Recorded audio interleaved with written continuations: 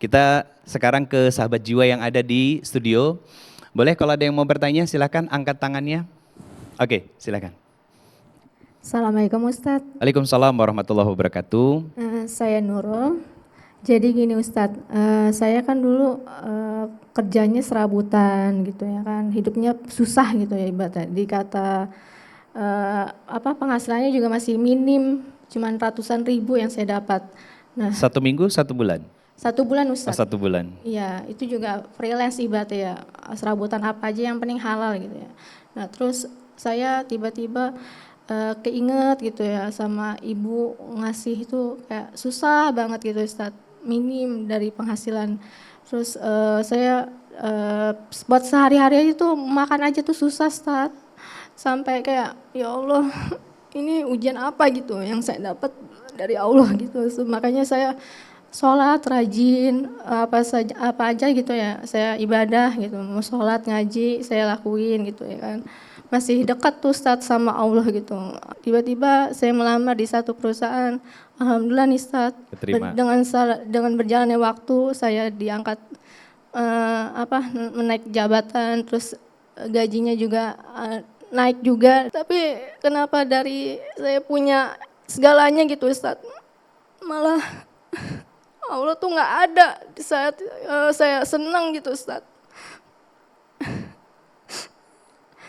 Gimana Ustadz kalau misalkan saya nggak jauh dari Allah tuh mau kembali lagi gitu Ustadz, biar hidup saya nggak hampa. Ini nikmat yang saya dapatkan ini nikmat bahagia itu atau istijat Ustadz?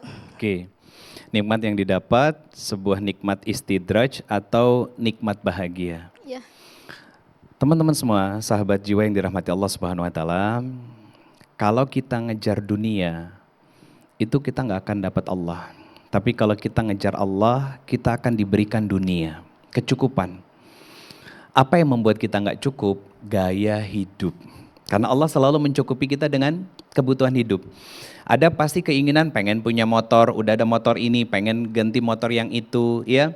Sudah ada motor, ternyata ngelihat orang lain enak ya, nggak kepanasan, nggak kehujanan. Akhirnya apa? Hasratnya mendorong dia untuk pengen punya mobil dan lain sebagainya. Pertanyaannya gini, kita mengukur diri kita nggak tentang kesiapan untuk memanfaatkan nikmat yang Allah berikan, rezeki yang Allah titipkan itu jadi jalan amal soleh dan ngedekatin kita ke Allah. Kalau enggak, yang ada apa?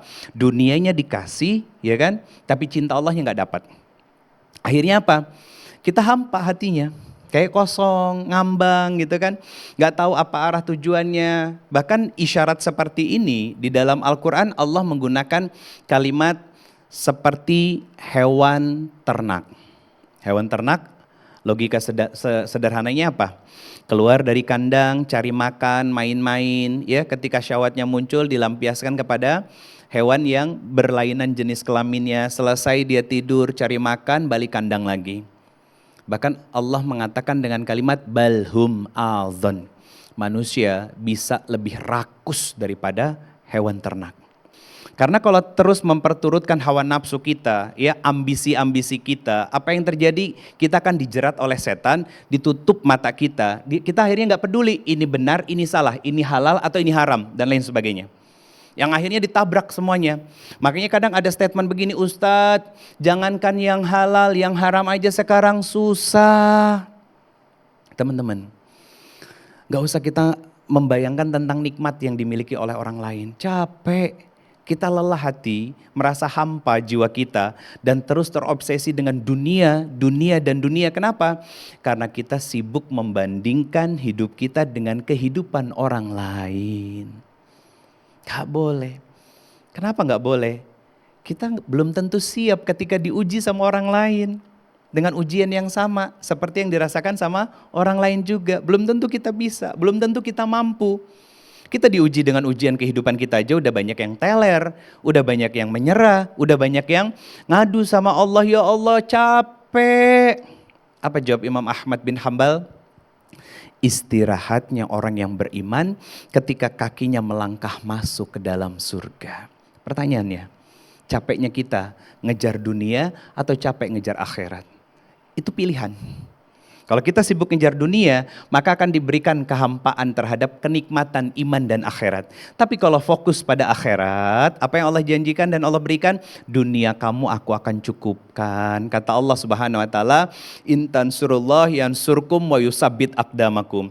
Kamu tolong agama aku, sungguh-sungguh ibadah mendekat diri kepadaku, aku akan tolong kehidupanmu. Aku akan cukupkan segala kebutuhanmu. Dan di ayat ini Allah tidak mengatakan tentang bagaimana caranya. Tapi Allah memberikan sebuah janji ketika kamu sungguh-sungguh beribadah, hidupmu tidak kekurangan. Ada lagi yang mau bertanya? Silakan. Oke. Saya Dewi Ustadz. Jadi saya itu adalah wanita yang suka, dulunya saya wanita yang suka foya-foya, hura-hura, terus sering ya clubbing sana, clubbing sini gitu Ustadz. Nah gitu saya kan merasa kehidupan saya tuh kayaknya monoton banget ya, setelah pulang kerja ya kayak gitu untuk menutupi rasa penat saya gitu Ustadz. Nah, setelah itu tiba-tiba saya bertemu dengan seseorang yang dia tuh bisa memberi perhatian sama saya.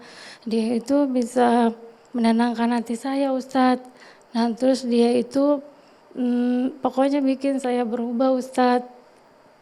Nah kemudian lama-kelamaan saya jadi nyaman ya Ustadz ya, karena sering diberi perhatian sama dia. Nah akhirnya kita dekat. Nah dekat gitu dia melamar saya ya Ustadz. Habis itu kami menikah lah ya Ustadz. Nah setelah kami menikah itu kami memang bahagia ya Ustadz ya. Cuman gimana ya Ustadz, namanya saya udah lama ya di dunia kayak berbau ya clubbing kayak gitu, happy-happy, party gitu ya Ustadz. Jadi saya tuh sebenarnya kalau ngelihat teman-teman tuh pengen gitu balikan kayak masa-masa dulu gitu, nggak terikat kayak gini gitu. Cuman kan saya udah punya suami Ustadz, dia bisa menerima saya apa adanya Ustadz. Dan sabar. Iya. Baik. Terima kasih banyak untuk pertanyaannya. Teman-teman sahabat jiwa semua yang dirahmati Allah. Berkaitan dengan pertanyaannya beliau. Suaminya sabar, menerima beliau apa adanya. Itu adalah kehidupan yang dirindukan oleh banyak perempuan di luar. Ketika punya suami bergelimangan harta, sama pelakor, ya. Ini satu kerinduan yang banyak dirindukan oleh wanita di luaran. Ada suami, ya kan? Kemudian sudah berpenghasilan suaminya. Kemudian apa? Ternyata suaminya kaku kayak kanebo kering, misalkan. Itu adalah satu kerinduan. Punya suami baik, sabar sama Mbak. Pertanyaannya sederhana, ngapain kita cari dunia yang masih gelap kalau di depan kita sudah ada cahaya yang terang? Ikuti cahaya itu, karena cahaya itu akan memimpin dan memandu kita ke jalan yang benar. Mau segelap apapun sebuah terowongan, pasti akan ada ujung dari terowongan itu yang pasti di ujungnya ada cahaya. Dan sekarang cahayanya sudah diantarkan dalam kehidupan Mbak berupa seorang suami, seorang imam, ar-rijalu qawwamuna 'ala nisa.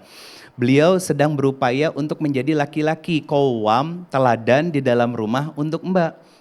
Seperti halnya kisah Bang Ivan tadi, yang membukakan jalan Bunda Ivet, yang memberikan cahaya untuk penerang jalan, itu qadarullahnya datang dari keluarga istrinya beliau. Ini kan sebuah nikmat rezeki yang kadang kita lupa untuk mensyukuri. Nanti kalau pengen party-party lagi ketika kita sudah masuk surga. Nah, apa syarat masuk surga? Di dalam Al-Quran, Quran kedua, surat Al-Baqarah ayat 25. وَبَسِّرِ الَّذِينَ آمَنُوا وَعَمِلُوا الصَّالِحَاتِ. Masuk surga syaratnya 2. Dan ini ayat pertama yang membahas tentang surga dalam Al-Quran. Punya iman, kita muslim. Dan iman, betul kata Bang Ivan tadi, butuh pembuktian. Apa bentuk pembuktian dari iman yang kita miliki sebagai seorang muslim? Beramal soleh. Dan gak perlu dijawab, cukup dijawab dalam hati masing-masing. Coba tanya sama diri sendiri, ya Allah selama ini saya itu banyaknya melangitkan amal soleh atau amal salah ya? Teman-teman yang tahu semuanya. Sudah layak belum kita masuk surga? Sudah layak belum kita dipaksa sama Allah, masuk surga? Sudah layak belum? Teman-teman yang tahu, kita sendiri yang tahu. Makanya syaratnya hanya 2, nggak repot, nggak susah. Wabassiril lazina amanu wa amilus solihat. Bentuk konkretnya beramal soleh.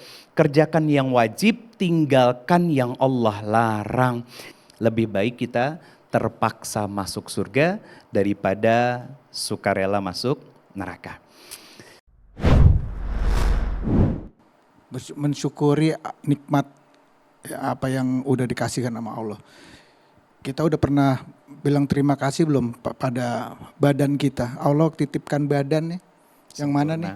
Sempurna banget. Ada jari, yang mana dengan jari ini saya bisa bermain musik, bermain bass. Sampai saat ini masih lengkap. Kita masih punya kaki yang masih bisa membawa kita jalan. Sekarang banyak orang punya kaki tapi nggak bisa jalan. Banyak orang juga punya mata tapi nggak bisa melihat.